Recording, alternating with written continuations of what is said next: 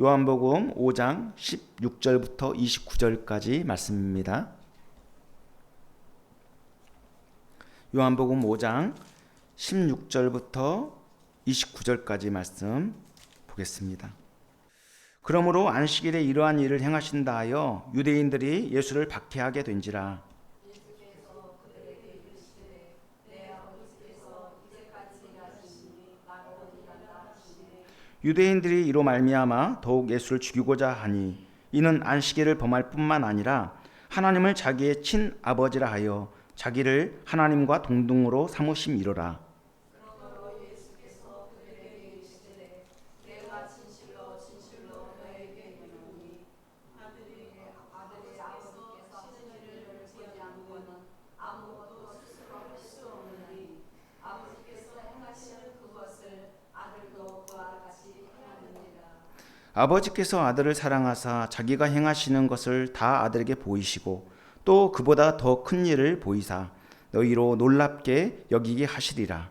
아버지께서 죽은 자들을 일으켜 살리신 같이 아들도 자기가 원하는 자들을 살리느니라. 아버지께서 아무도 심판하지 아니하시고 심판을 다 아들에게 맡기셨으니 이는 모든 사람으로 아버지를 공경하는 것 같이 아들을 공경하게 하려 하십니다. 아들을 공경하지 아니하는 자는 그를 보내신 아버지도 공경하지 아니하느니라. 내가 진실로 진실로 너희에게 이르노니 내 말을 듣고 또 나를 보내신 이를 믿는 자는 영생을 얻었고 심판에 이르지 아니하나니 사망에서 생명으로 옮겼느니라. 진실로 진실로 너희에게 이르노니 죽은 자들이 하나님의 아들의 음성을 들을 때가 오나니 곧 이때라. 듣는 자는 살아나리라. 아버지께서 자기 속에 생명이 있음 같이 아들에게도 생명을 주어 그 속에 있게 하셨고 또 인자의 힘으로 말미암아 심판하는 권한을 주셨느니라. 이를 놀랍게 여기지 말라. 무덤 속에 있는 자가 다 그의 음성을 들을 때가 오나니 선한 일을 행한 자는 생명의 부활로 악한 일을 행한 자는 심판의 부활로 나오리라. 아멘. 네, 저는 오늘 생명과 심판의 주 되신 예수님이라는 제목으로 하나님의 말씀을 전하도록 하겠습니다. 오늘 본문은 예수님께서 안식일에 38년 된 병자를 고치신 후에 유대인들의 또 어떤 비난에 의해서 논쟁을 하시는 장면입니다. 이 논쟁이 벌어진 이유는 예수님께서 38년 된 병자를 고치신 사건을 두고 유대인들이 안식일을 범했다고 여겼기 때문입니다. 이들의 비난과 정죄에 대해서 예수님께서는 묵과하지 아니하시고 자신을 계시하시면서 생명과 심판의 주권자 되심을 나타내셨습니다. 그러므로 예수님께서 유대인들과 논쟁을 벌이면서 내 아버지께서 이제까지 일하시니 나도 일한다 라고 말씀하신 것은 단순한 답변이 아닙니다.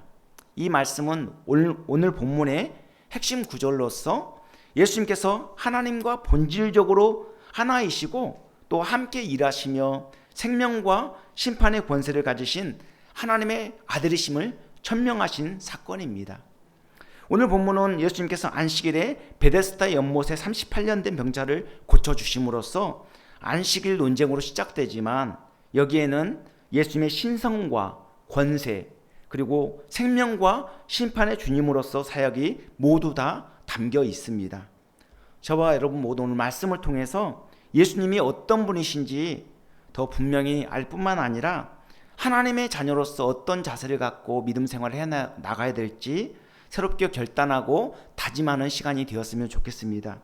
그래서 늘 이 땅에서 믿음으로 반응하고 순종할 뿐만 아니라 다시 오실 주님을 맞이할 준비하며 살아가는 저와 여러분 모두가 되었으면 좋겠습니다. 먼저 본문을 보면 논쟁의 발단이 이게 유대인들이 예수님께 비난함으로써 시작되는 것을 볼 수 있죠. 예수님께서 안식일에 38년 된 병자를 고쳐준 사건을 두고 유대인들이 안식일을 범했다라고 이렇게 주장하면서 논쟁의 발단이 시작됩니다. 유대인들이 안식일의 정신을 외면한 채 안식일을 형식적으로 또 문자적으로 지키려고 하다 보니까 이런 문제를 제기하게 된 것이죠. 이들의 눈에는 예수님의 치유 사건이 율법 위반으로 간주된 것입니다. 율법을 지키지 않았다는 것이죠. 이렇게 안식일 논쟁이 격화되는 가운데 예수님께서는 내 아버지께서 이제까지 일하시니 나도 일한다라고 말씀하셨습니다. 이 말씀은 예수님이 하나님과 동등한 권세를 가지신 하나님의 아들이심을 드러내는 계시의 말씀이죠. 즉 예수님은 하나님과 자신을 지금 동일시하고 있는 것입니다. 당시 유대인들은 예수님을 신성 모독자로 몰아서 죽이려고 했죠. 사실 예수님이 신성을 모독한 게 아니라 실질적으로는 지금 유대인들이 예수님의 신성을 모독하고 있는 것이죠. 그리고 안식일의 주인이신 예수님을 오히려 안식일 위반자라고 지금 치부하고 있는 상황입니다. 그러니까 안식일의 주인이신 예수님을 지금 객들이 자꾸 주인을 상대로 이렇게 비난하고 정죄하고 있는 상황이죠. 참 모순이죠. 이런 모순이 왜 발생된 겁니까? 바로 영적 무지에서 발생된 거예요. 유대인들의 영적 무지는 여기에서 그치지 않죠. 결국 이들은 빌라도 법정에서 생명과 빛으로 오신 예수님을 신성 모독자, 또 이단조로 몰아붙여서 십자가에 못 박으라고 외쳐댔죠. 그렇게 압력을 행사한 나머지 결국에는 예수님은 십자가에 못 박혀 죽게 되었습니다. 이처럼 예수님을 바로 알지 못하면 예수님을 대적하는 엄청난 죄를 범할 수 있습니다. 신앙생활에 있어서 중요한 게 뭐냐면 속도보다도 더 중요한 게 바른 방향이죠. 우리 신앙의 본질은 바로 바른 방향이신 예수님을 바로 알아가는 겁니다. 예수님을 바로 알아야 예수님의 제자로서 하나님의 뜻에 순종할 수 있는 것 아니겠습니까? 우리가 주일에 예배당에 나와서 하나님의 말씀을 듣는 것도 예수님이 누구신지에 대해서 바로 알아가는 과정이죠. 그리고 주일 오후에 교리를 배우는 것도 예수님을 바로 알아서 신앙의 뼈대를 튼튼하게 하기 위함입니다. 특히 우리가 주일 오후에 배우고 있는 웨스트민스터 수요일문답에는 예수님의 신성에 대해서 분명한 답을 주고 있는데요. 제6문에 보면 중요한 삼위일체 교리가 나옵니다. 하나님께는 몇 위격이 계십니까? 라는 이 질문에 하나님께는 세 위격이 계시니 성부와 성자와 성령이십니다. 이 삼위는 한 하나님이시며 본질이 똑같으시고 능력과 영광이 동등하십니다. 라고 답을 하고 있습니다. 삼위일체 교리는 초대교회가 수백 년 동안 논쟁과 공의를 통해서 정립한 기독교 핵심 교리이죠. 당시 이단들은 이 삼신론이라든가 단일신론이라든가 양태론이라든가 이런 이단 사상을 가지고 끊임없이 삼위일체 교리를 공격했습니다. 이 삼위신론은 뭐냐면 독립되고 분리된 세 하나님으로 믿는다는 거예요. 그러니까 한 하나님이 아니라 따로따로 세 하나님으로 믿는다는 이론이죠. 그리고 단일신론은 뭐냐면 하나님의 신성만을 인정하고 예수님의 신성 그리고 성령의 신성을 낮게 보거나 아예 인정하지 않아요. 이거 잘못된 것이죠. 그리고 양태론은 뭐냐면 이 아버지와 아들과 성령의 구별된 위격을 인정하지 않고 부인해요. 그러니까 세 위격이 있다고 했잖아요. 근데 그 아버지, 아들, 성령의 이 세 위격을, 이 구별된 위격을 부인하고 한 인격의 역할 변화로 믿는 겁니다. 그러니까 뭐 아버지가 될 수 있고 또 목사님이 될 수도 있고 또 뭐 이렇게 그 회사에 나가서 또 일하는 사장이 될 수도 있고 이렇게 역할이 다른 것처럼 그렇게 이해를 한 거예요. 이런 주장들은 다 잘못된 주장이죠. 이런 이단자들의 거센 공격이 있었지만 결국 삼위일체 교리는 주 325년 니케아 공회를 통해서 확립되었습니다. 그리고 주 381년 콘스탄티노플 공회에서 완성되었습니다. 이처럼 삼위일체 교리는 수많은 이단들의 공격을 받으면서 정립된 교리입니다. 그러므로 우리가 늘 마음 깊이 새겨야 할 교리이죠. 그래야만 신앙의 체계가 잘 확립되어져서 어떠한 유혹에도 흔들리지 않을 것입니다. 삼위일체 교리의 핵심은 하나님은 한 분이시지만 하나님은 한 분이시며 성부와 성자, 성령 세 육격으로 구별되어 존재하신다는 겁니다. 이보다 더 잘 설명할 길이 없어요. 여기에 뭐 다른 비유를 자꾸 이야기하면 오히려 오해가 생길 수 있습니다. 그렇기 때문에 삼위일체 교리를 설명할 때 이 하나님은 한 분이시며 성부, 성자, 성령 세 육격으로 구별되어 존재하신다라고 이렇게 답을 하면 됩니다. 그리고 이 육격은 이렇게 구별되지만 분리되지 않는다는 것이 중요하죠. 육격 구별과 분리는 완전 다른 개념이잖아요. 구별되지만 분리되지 않는다. 하나님은 성부, 성자, 성령 세 육격으로 구별되지만 본질과 능력, 영광은 동일하다는 말씀입니다. 분리되지 않기 때문에 영광과 권세와 능력, 본질이 다 동일하다는 것이죠. 그러므로 예수님은 하나님과 동등한 신성을 가지신 하나님의 아들로서 영원 전부터 스스로 계시면서 온 우주 만물을 창조하시고 섭리하시는 역사의 주권자이십니다. 예수님께서는 유대인들이 거세게 공격하는 상황에서 내가 진실로 진실로 너희에게 이르노니 아들이 아버지께서 하시는 일을 보지 않고는 아무것도 스스로 할 수 없나니 아버지께서 행하시는 그것을 아들도 그와 같이 행하시느니라 이렇게 말씀하셨습니다. 이 말씀은 예수님이 하나님과 연결되어 있음을 말씀하는 거죠. 즉 독단적으로 일하시는 분이 아니라 하나님 아버지와 완전한 일치 속에서 일하고 계시다는 것을 말씀하고 있는 겁니다. 이 말씀이 얼마나 중요하냐면 진실로 진실로라는 말을 지금 두 번이나 반복해서 사용했잖아요. 진실로라는 뜻은 뭐냐면 아멘, 그렇습니다. 그래서 헬라어 원문에 보면 아멘, 아멘이라고 이렇게 나와 있어요. 진실로 그렇다, 진실로 그렇습니다. 이것을 반복 깊은 강조를 의미하는 거니까 정말 진실로 그렇다는 것을 말씀해주고 있는 것이죠. 그러니까 절대적 진리와 권위 있는 말씀을 강조한 표현이라고 할 수 있습니다.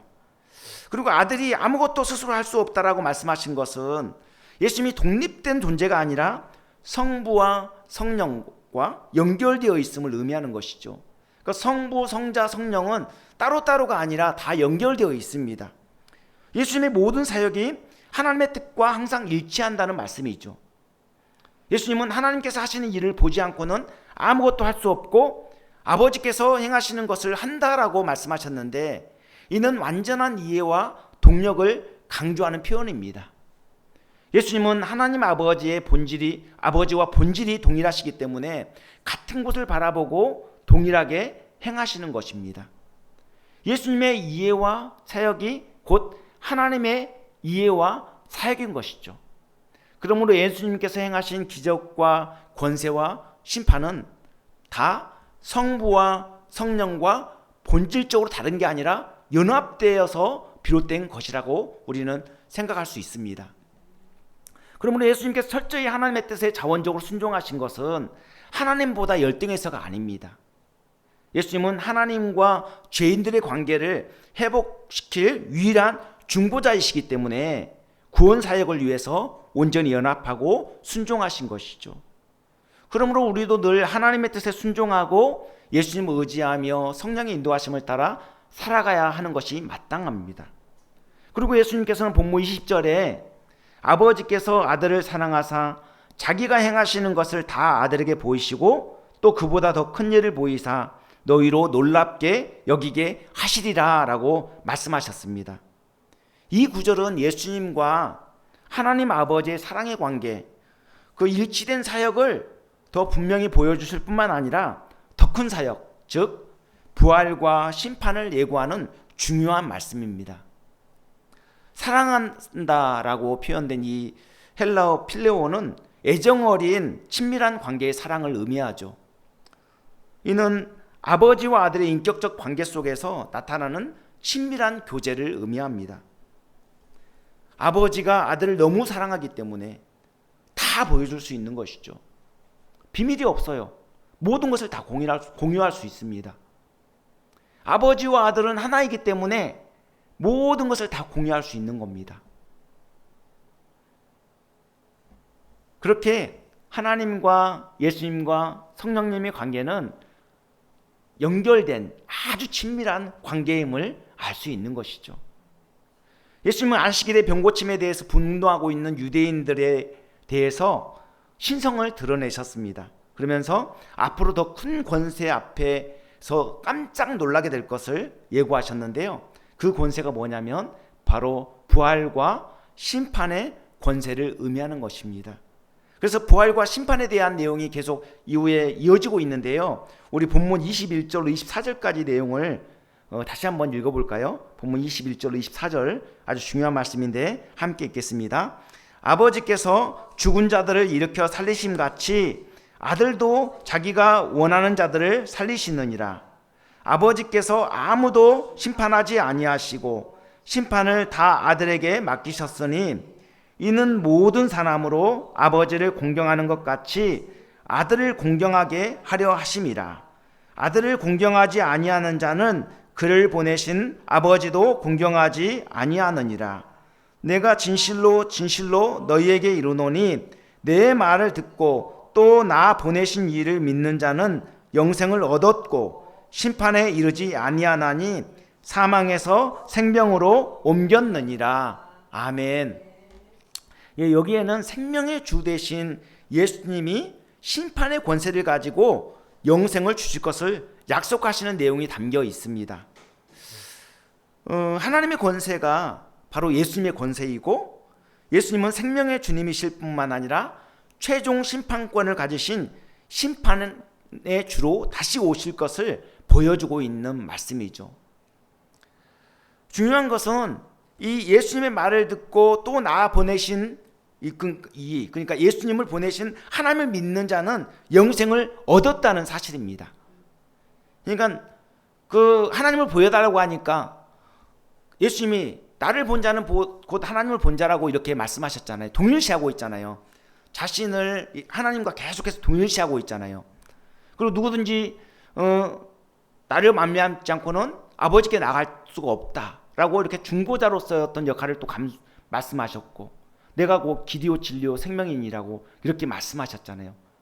그러니까 진리와 생명의 주가 되신 예수님은 자신을 계속 그렇게 계시하고 계신 거예요.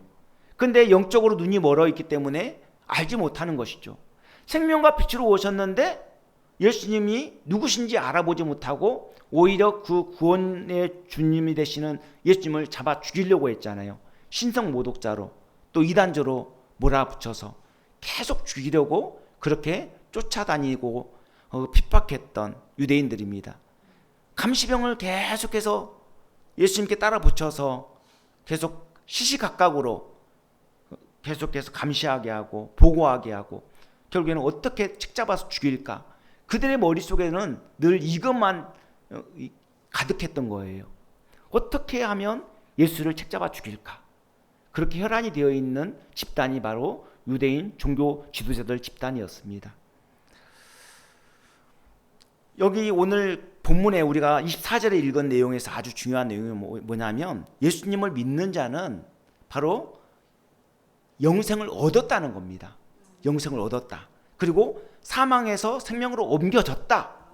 이렇게 선언하고 있어요. 복음을 듣고 예수님을 구주로 믿는 순간 영생을 얻게 되고 사망에서 생명으로 옮겨지게 되는 것이죠. 이게 중요한 겁니다. 그러니까 예수님을 구주로 믿게 되면 이제 심판의 대상이 아니라 구원받아 하나님 나라에서 영원토록 하나님과 영생 복락을 누리게 될 상속자가 되는 겁니다. 예수 믿는 순간 그렇게 하나님의 나라를 기업으로 받는 하나님의 자녀가 되는 거예요. 이보다 더한 축복이 어디 있겠습니까? 그래서 예수 믿는 것이 최고의 복이라고 하는 겁니다. 그리고 본문 25절로 27절에도 아주 중요한 말씀이 나와 있는데 예수님이 생명과 심판의 주가 되신다는 사실을 더 명확하게 알려주고 있습니다. 우리 그 말씀도 한번 같이 읽어볼까요? 25절로 27절 같이 읽겠습니다. 시작. 진실로 진실로 너희에게 이르노니 죽은 자들이 하나님의 아들의 음성을 들을 때가 오나니 곧 이때라. 듣는 자는 살아나리라. 아버지께서 자기 속에 생명이 있음 같이 아들에게도 생명을 주어 그 속에 있게 하셨고 또 인자됨으로 말미암아 심판하는 권한을 주셨느니라. 아멘. 예. 하나님의 아들 예수님의 음성을 듣는 자들, 그 들을 때가 오는데 듣는 자들은 다 살아나리라. 바로 이 광야에서 불뱀에 물려 죽어가는 이스라엘 백성들, 그들이 장대에 매달린 노뱀을 바라봤을 때 살아났던 것처럼 예수님을 바라본 자들마다 다 살아나게 된다는 겁니다. 모든 사람은 아담의 범죄로부터 오는 이 죄의 병을 갖고 태어나잖아요. 그 죄 문제가 해결되지 않으면 구원을 받을 수 없는데, 죄 문제를 해결받을 수 있는 유일한 방법이 뭐냐? 바로 예수님을 구주로 믿는 것이라는 거죠.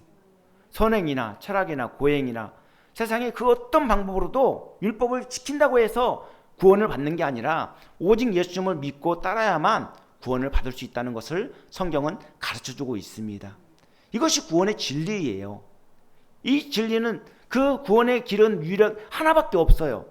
예수님 믿는 것 외에 달리 방법이 없어요. 죽은 자들은 바로 영적으로 죽은 자들을 의미하는 거죠. 여전히 자연인의 상태, 그러니까 죄 문제가 해결되지 않고 여전히 어둠 속을 방황하는 자들, 아담의 그 범죄로 인해서 물려받은 그 죄성을, 그 죄를 그대로 가지고, 죄 문제를 가지고 그대로 예수님을 믿지 않은 채 어둠 속에 방황하는 그런 영혼들, 바로 영적으로 죽은 상태를 의미하는 거죠. 그 예수 믿기 전 상태는 허물과 죄로 죽은 상태입니다. 그래서 에베소서 2장 1절에 그는 허물과 죄로 죽었던 너희를 살리셨도다라고 선포하고 있잖아요. 즉 예수님께서 마귀에게 사로잡혀 세상 풍조를 따르고 불순종하는, 그래서 죄로 인해 멸망받아 마땅한 인생들을 구원하여 주셨다는 말씀입니다. 영적으로 죽은 자들에게 복음을 들려주시고 성령의 조명하심을 통해서 복음을 깨닫게 하시고 믿음으로 반응하고 순종할 수 있게 하신 분이 예수님이시고, 예수님은 은혜로 우리에게 구원을 선물로 주신 겁니다. 이 얼마나 엄청난 은혜입니까? 예수님께서 죽었던 영혼을 살리는 생명의 능력이 있기 때문에 예수님을 믿어야만 구원을 받을 수 있다는 말씀이죠. 우리가 자꾸 헛다리 짚으면 안 되잖아요. 구원을 주실 수 있는 분에게 우리의 모든 영혼을 맡기고 의뢰해야지 구원을 받을 수 있는 것이지, 구원을 줄 수 없는 대상에게 아무리 손이 발이 되도록 그렇게 손발이 다 닳도록 그렇게 빌어봐야 무슨 소용이 있겠습니까? 그건 다 헛된 일이고 심판만은 더 가중시키는 일이죠. 예수님은 결국 심판주로 오셨습니다. 그리고 다시 오실 때도 심판주로 그렇게 오실 것입니다. 예수님은 인자됨으로 말미암아 심판하는 권한을 받았다라고 선언하고 계시는데요. 이는 예수님이 신성과 인성을 가지셨을 뿐 아니라 구원자이자 심판자로 오실 것을 알려주는 아주 중요한 말씀입니다. 죄가 전혀 없으신 예수님은 죄인들을 구원하시기 위해서 높고 높은 보좌 위에서 낮고 천한 인간의 몸을 입고 이 땅에 오셨죠. 그것이 바로 성육신이죠. 그리고 온갖 고난을 다 당하시다가 결국 십자가에 못 박혀 죽으셨습니다. 누구를 위해서요? 죄인들을 위해서, 우리를 위해서. 우리를 너무나 사랑하신 나머지 멸망 가운데 죽도록 내버려 두신 게 아니라 자기가 친히 희생제물이 되어주셔서 우리의 모든 죄를 대신하고 십자가에 못 박혀 죽으신 것입니다. 이처럼 한이 없이 사랑이 많으신 예수님이시지만 죄에 대해서는 결코 간과하지 않으십니다. 그래서 심판날에 심판주로 오셔서 하나님의 공의를 행하실 것을 약속하고 있어요. 그 내용이 본문 28절 29절에 나와 있는데, 이를 놀랍게 여기지 말라. 무덤 속에 있는 자가 다 그의 음성을 들을 때가 오나니 선한 일을 행한 자는 생명의 부활로, 악한 일을 행한 자는 심판의 부활로 나오리라, 이렇게 말씀하고 있거든요. 이처럼 예수님은 예수님을 믿고 따르는 자들에게는 한없는 은혜와 사랑을 베풀어 주시지만 거부하고 불순종하는 자들에게는 무서운 심판의 주로 오실 것을 약속하고 있습니다. 예수 믿고 하나님의 뜻대로 행하는 자들은 믿음에서 비롯된 복을 받아 누리게 되지만, 거부하고 불순종하는 자들은 생명의 부활이 아닌 정죄와 심판의 부활이 예고되어 있다는 사실이죠. 예수님께서 다시 오시는 그날에 먼저 믿은 자들이 신령한 부활체를 입고 부활하게 될 것입니다. 그리고 살아있는 자들도 천국에 합당한 신령한 몸으로 변화되어 그렇게 천국에서 영원토록 주님과 왕노릇하며 영생 복락을 누리게 될 것이죠. 그러나 믿지 않는 자들은 어떻게 됩니까? 심판이 임하기 때문에 땅을 치고 후회해도 소용이 없어요. 마태복음 22장 13절 표현에 따르면 그 손과 발을 묶어 바깥 어두운 데에 내던지라. 거기서 슬피 울며 이를 갈게 되리라. 이렇게 말씀하고 있습니다. 이 내용이 뭐냐면 예수님께서 천국의 혼인잔치 비유를 들어서 말씀하신 내용이거든요. 어떤 임금이 이제 그 혼인잔치에 손님들을 초청하기 위해서 그렇게 청하거든요. 많은 사람들을 청해요. 종들을 시켜서. 그런데 청하는데 우선적으로 대상이 이제 그 이스라엘 백성들이죠. 그런데 그들이 어떻게 하냐면 농사지로 가야 된다고 하고 또 장사하러 가야 된다고 하면서 거부해요. 심지어 종들을 잡아 죽이고 그렇게 거부해요. 그렇게 거부하는데 그렇게 다시 임금이 다시금 이제 그러면 그들은 이제 완전히 멸할 것이니까 다른 대상을 또 찾죠. 바로 이방인들을 향해서 이제 복음의 문을 더 넓게 열어서 길거리에 나가서 종들에게 이제 아무나 다 데려와라. 이 천국 혼인잔치에 아무나 다 데려오라. 그러니까 종들이 가서 이제 막 이렇게 데려왔어요. 데려왔는데 거기에 초청받은 사람들을 보니까 다 예복을 입고 있는데 한 사람이 예복을 입지 않았어요. 그래서 그 한 사람에 대한 내용이 지금 그 손과 발을 묶어 바깥 어두운 데에 내던지라. 거기서 슬피 울며 이를 갈게 되리라. 이렇게 말씀하시는 겁니다. 왜 예복을 입지 않았다고 그렇게 밖으로 내쫓아서 그렇게 슬피 울게 이를 갈면 슬피 울게 만든 겁니까? 바로 예수님의 의의 옷을 입지 않았기 때문에 결국에는 심판의 대상이 되고 말았던 것이죠.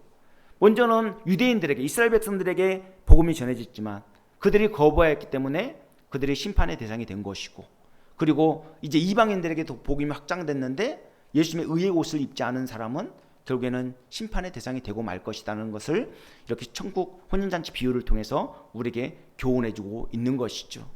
그러니까 무엇보다도 중요한 게 뭐냐면 바로 이 복음의 핵심은 예수님입니다. 예수님을 바로 믿고 따라가야지 구원을 받고 천국에서 영생 복락을 누리게 되는 거예요. 예수님을 통하지 않고는 그 어떤 방법으로도 구원에 이를 수가 없어요. 우리가 지옥에 대해서 성경이 이제 아주 리얼하게 이렇게 설명해 주고 있는데 지옥 정말 끔찍한 곳이죠. 그 지옥은 정말 그 어떤 표현으로도 세상의 어떤 표현으로도 할 수 없을 만큼 너무나도 끔찍한 곳이에요. 우리가 이제 먼저 예수 믿는 우리가 갈 곳과 이제 믿지 않는 자들이 갈 곳이 완전히 다른데, 지난번에도 제가 표를 보고 설명해 드렸는데 다시 한번 설명해 드리도록 하겠습니다.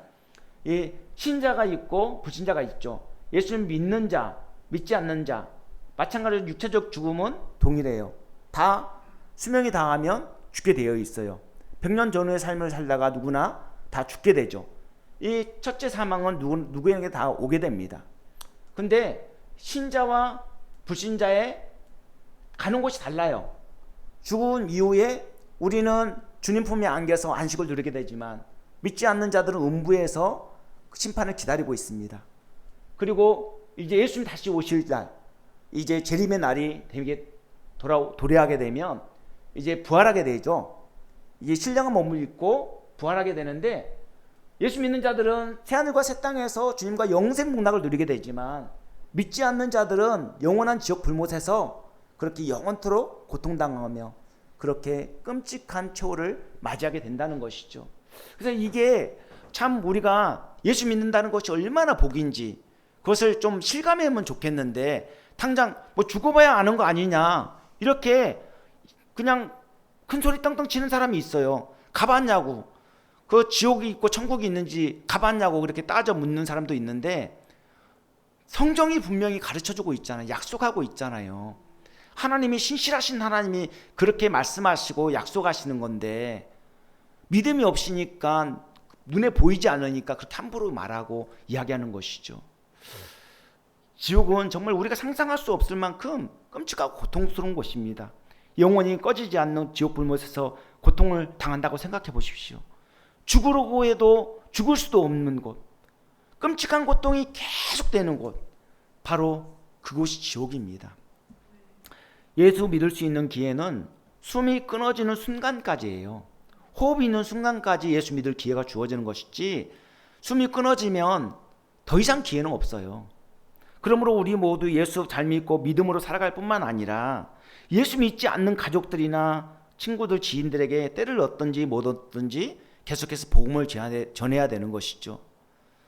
우리가 신앙생활 하는데 마귀가 그냥 가만 내버려 두지 않아요. 끊임없이 끌어내리려고 해요.